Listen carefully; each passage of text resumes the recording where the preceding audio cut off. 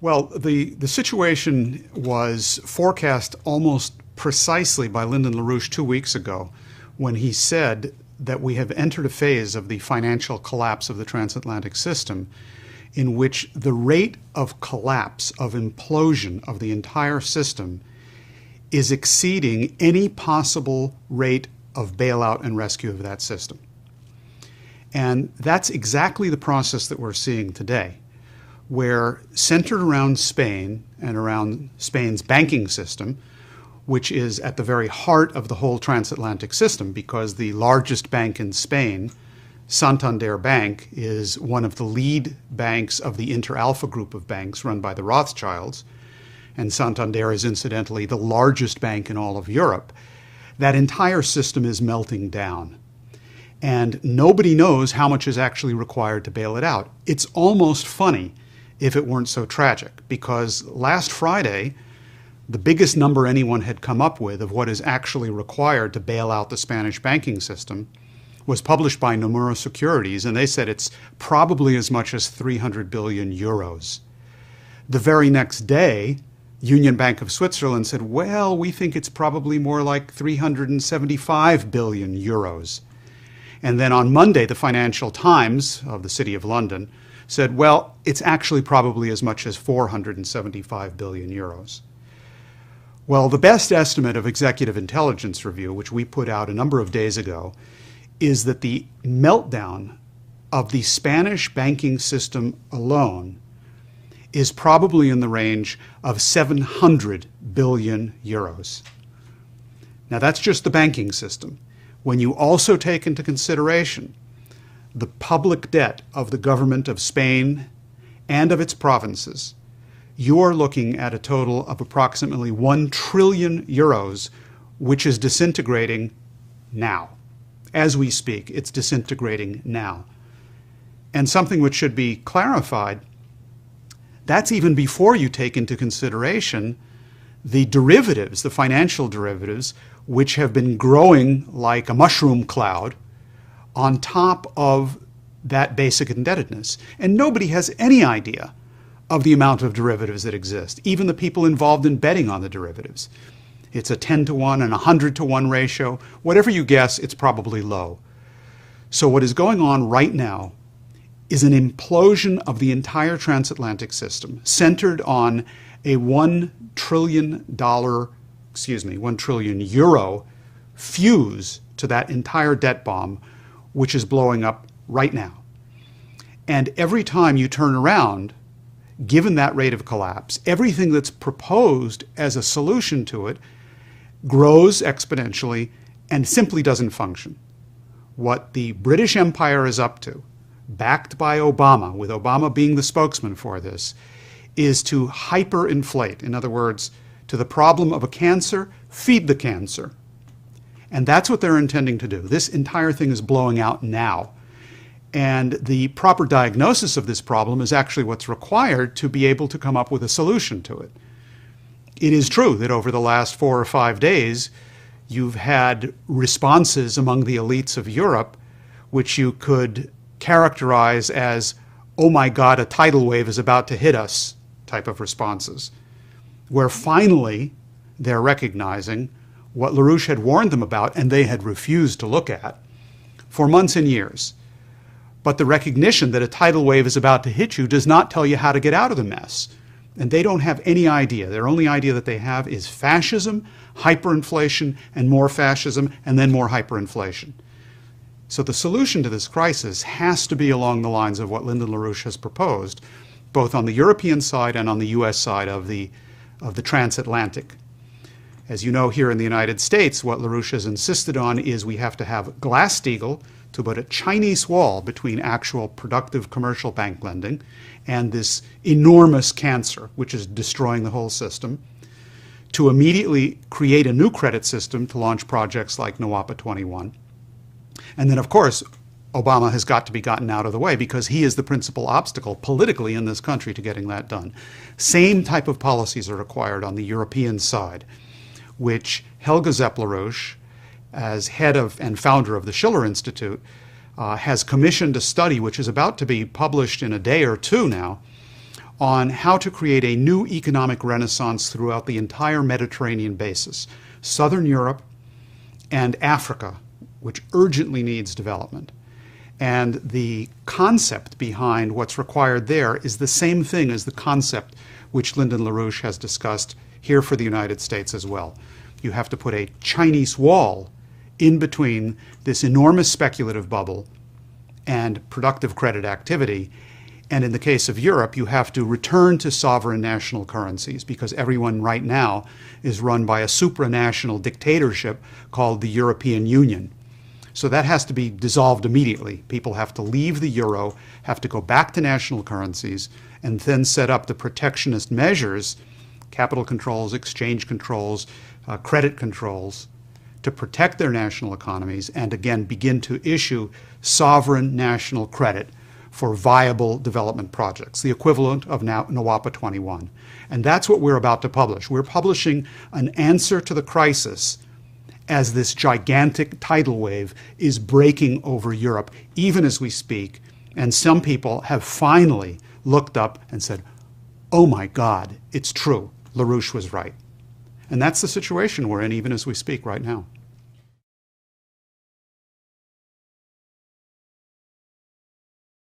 Sure.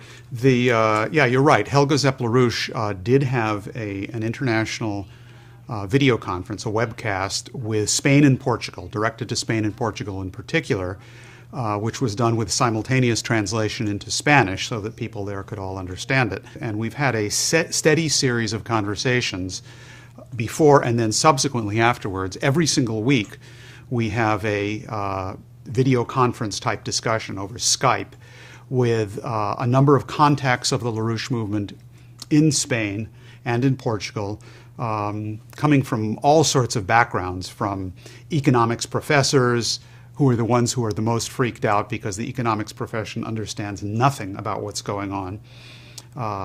Whenever somebody tells me that they're an economist, I say, well, please, first of all, accept my condolences, and now let's start to talk.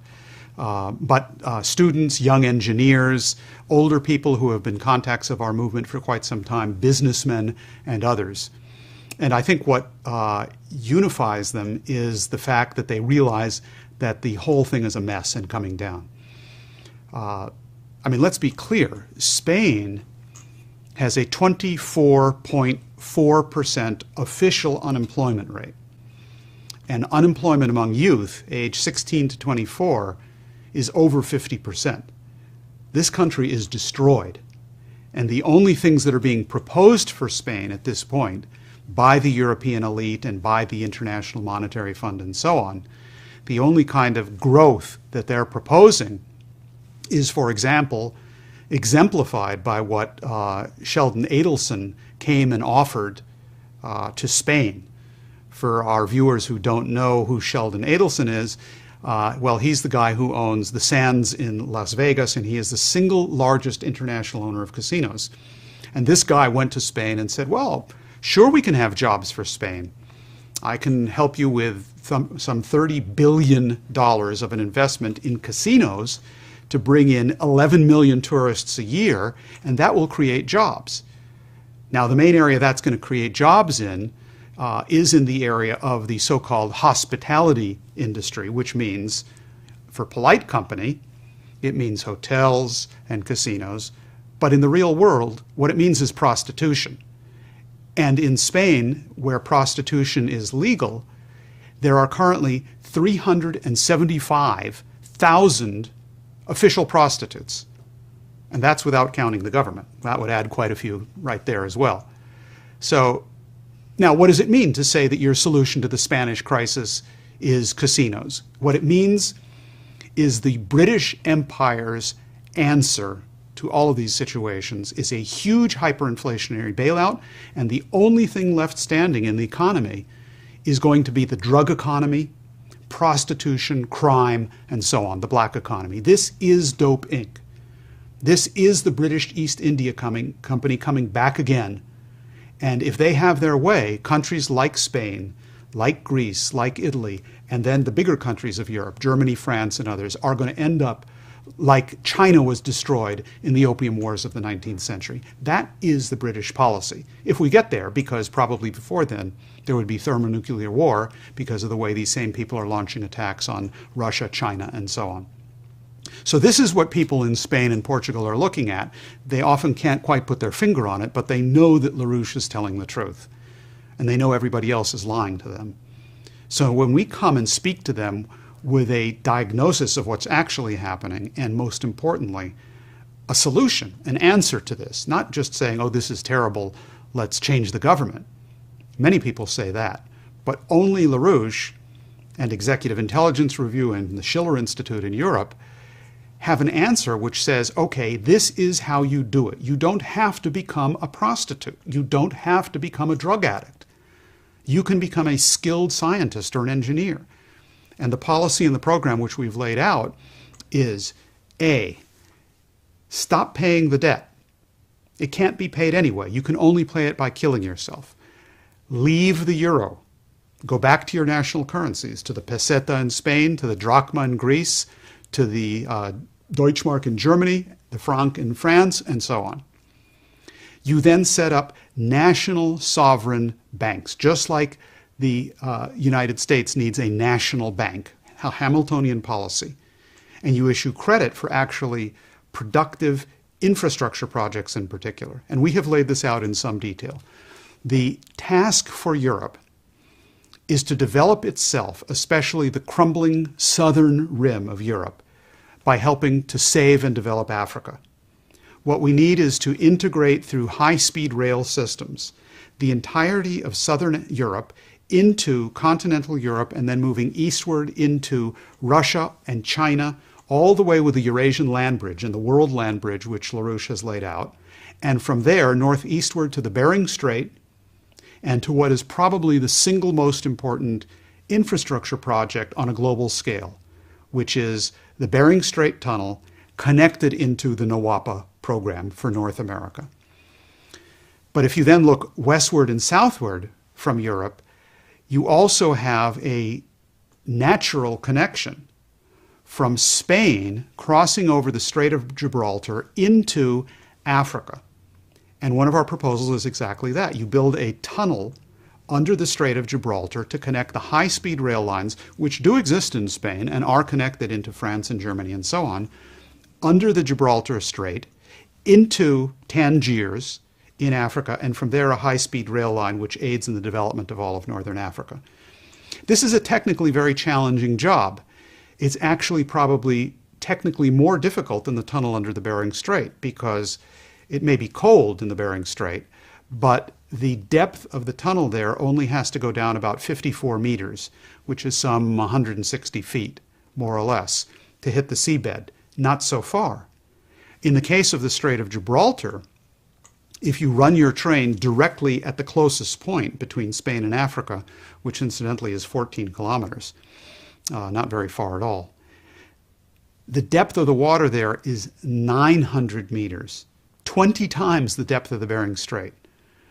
Too deep.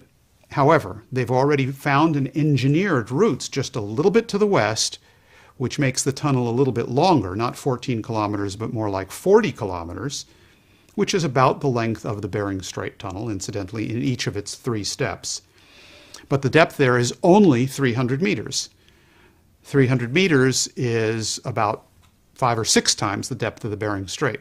It can be done. It's a challenge. It can be done. It will be done. It has to be done. Now, there's an additional problem, unless you thought we're talking about something that's a piece of cake. The world's second most active seismic region outside of the Ring of Fire running around the Pacific actually runs right smack dab through the Strait of Gibraltar. It's the Alpide Ridge that is also the source of the earthquakes in Italy, Greece, and elsewhere. This can be addressed and dealt with through the policy of the manned colonization, exploration and colonization of space, Moon, Mars, and in particular the work on precursors for earthquake detection, the whole idea of the strategic defense of the Earth, which is a global planetary policy proposed by the Russians, which the United States under LaRouche will take up, but which has to and will incorporate as well the most advanced scientific layers in Spain, in Germany, in France, in Italy, which has done a lot of work in this, Greece as well, and in Africa too. So you have a science driver program which leads the way for major infrastructure programs, which will elevate the productivity of the labor in the region and provide employment and development to, in the case of Spain, a labor force which is 24.4% unemployed. And if you're a youth there, 50% unemployed. So that's the LaRouche response to the British policy of fascism, drugs, and prostitution. How do you think people would respond to looking at these two options? The first thing a person does, as people viewing this in the United States know, when you present them a realistic, optimistic outlook as compared to the disaster of their life and their future today, people's first response is, no, that can't work. That's not practical. Come on, you won't be able to do that. Oh, and where's the money going to come from? And by the way, did I ask you, where's the money going to come from? And where's the money going to come from? That's people's response, which is a way of kind of hysterically preserving their own built-up pessimism, which this society has built in them. And that's the sort of response we get in Spain as well. Spanish pessimism is up there in terms of world leadership of all pessimism. People have a real problem in understanding this and have this problem of somehow thinking you can live and return to the past, the way Don Quixote did in the famous Cervantes novel Don Quixote, who was a crazy, insane guy. This was not an idealist with a view of the future. This was a sick guy who thought that the thing to be done was to go back to the past. And that's not the answer. The answer is to go to the future now. So when you begin to develop this idea with people, the crust of pessimism begins to fall off them, almost against their own will. They feel a little bit naked. They feel a little bit nervous. But when they develop a scientific understanding and a basis to know that this is realistic, and they feel confident that they can explain it to others and break through their pessimism, then you get a spark of a response. And I think that that's what we're beginning to see in Spain and Portugal now, that kind of thing, and in Greece and in Italy. And you link that up with what the LaRouche movement is doing in the United States, with the victories around the Glass-Steagall campaign going on now in the United States, especially with the candidates movement, with the Keisha Rogers victory in Texas and so on. These are the kinds of things that not only inspire people in Europe, it leads them to understand that it's possible to win. So they can shed the crust of pessimism and become optimistic in a realistic kind of way. I should say one additional thing that's very much a part of our development program for the Mediterranean Basin, which is the issue of nuclear energy. Because Europe has, if anything, been worse than the United States in this insane drive towards greeny ecologism. I mean, this is absolute suicide, what has been done. The Germans have written off nuclear energy for the future. Spain has 8 nuclear plants, but they're ancient. They haven't built a nuclear plant since the early 1990s. And they have subsidized and encouraged the most insane destructive policies of solar energy and wind power. Windmills.